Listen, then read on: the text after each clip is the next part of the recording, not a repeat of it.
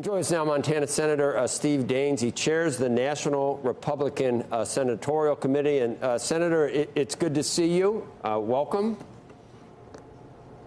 Good to join you, Joe. Last night, does it matter what really went on but behind the scenes, Senator? I'm just wondering your interpretation. I guess it matters in whether Republicans have a problem with President Biden staying on through the rest of his term. And I mean, the story changed, obviously, a couple of times as to, why he decided over the weekend, after being so strident about staying in the race. Do we just put it behind us and just Kamala Harris is going to be the nominee and we work on the Senate, you work on the Senate from here on out? Or do we look back at what really happened? It doesn't matter. Well, look, what we saw last night was 11 minutes of rambling by Joe Biden and projecting American weakness yet again.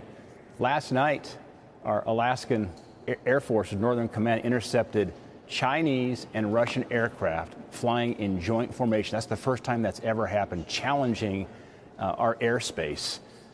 That's what our adversaries are doing, exploiting the weakness of this administration and Joe Biden. He still has 6 more months, and of course, his condition won't get better, only grow worse. But I also heard him say it's time for fresh new voices. Look, if you like San Francisco politics, you're going to love Kamala Harris. She's not Scranton Joe. She's truly a San Francisco radical. Joe, I served with Kamala Harris for 4 years in the U.S. Senate side by side. She was ranked the most liberal U.S. Senator of all 100 to the left of Bernie Sanders. That's chilling. She's taken these radical positions of banning fracking, abolishing ICE, decriminalizing border crossings. So there's nothing moderate about Kamala Harris. She truly is radical in her policies, and is evidenced yesterday by skipping the address by Prime Minister Netanyahu to a joint session of Congress. Speaker Mike Johnson was there. It's protocol to have the Vice President of the United States sitting next to Speaker Johnson. She skipped out on it. That sent, I think, a very chilling message to one of our most important allies in the world, and that's Israel.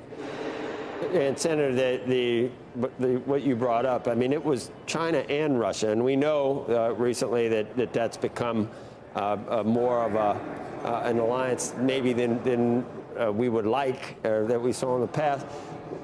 That's a real issue. Are they testing us? Are they likely to continue to test us if President Biden stays in office for the rest of his term? And what would Republicans suggest, or what would their preference be? Do you think Vice President Harris should take over immediately? Well, I don't think Joe Biden is capable of serving as our president. He's not able to run for re-election. He's not able to serve in the Oval Office. But I'm very concerned. And the message again yesterday, when Kamala Harris basically brushes off Prime Minister Netanyahu, this emboldens the Iranians. The Iranians fear President Trump. The Iranians would love to see Kamala Harris elected as President of the United States. That by itself ought to be a very strong message to the American people around why it's so important that President Trump is elected, who will restore the peace through strength doctrines of Ronald Reagan. We were at peace. The world was much more stable under President Trump because our adversaries fear strength. They exploit weakness.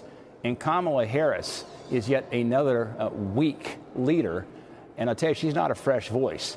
She is one of the most radical voices in the Democrat Party. And they're trying to scrub her record now. You're seeing it. She was appointed the border czar by President Biden. They're trying to scrub that right now. She was ranked, again, the most liberal U.S. Senator. They're trying to scrub that on the internet as we speak. They're trying to cover her tracks.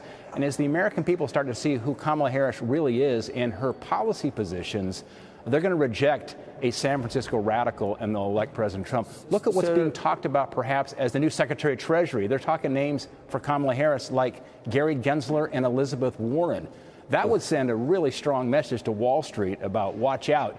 You've got radicals now coming into the Treasury. Senator, and you are very involved, obviously, with efforts to get a majority for Republicans in the Senate. And there was a lot of down-ballot concern about President Biden being on the ticket. Some of the betting sites narrowed when Vice President Kamala Harris became the presumed nominee.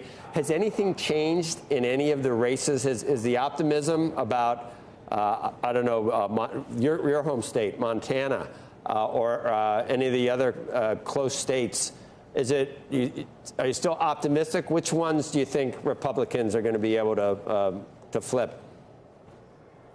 Yeah, I really don't see Harris's entry as a major reset, both in terms of the top of the ballot for the president and down ballot. I mean, there's going to be a little bit of a Harris honeymoon going on. I'll probably go through the Democrat convention in Chicago. But we turn the corner on Labor Day.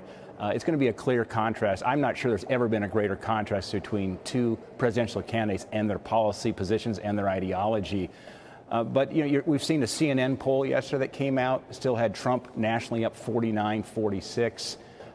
And within the battleground states where it really matters, I don't see it appreciably affecting our down-ballot Senate races. In fact, it may make this easier for us because we don't have to argue about Joe Biden's age. It's about Joe Biden's policies, in this case, Kamala Harris's policies, and linking these Democrats to the policies of Kamala Harris and the Democrats is really what the election is going to be about. So it takes the age issue off the table and gets us back to focus on policies. Yep. As the American people see the incredible difference between the policies that we stand for and Kamala Harris will stand for, they're going to reject a San Francisco radical.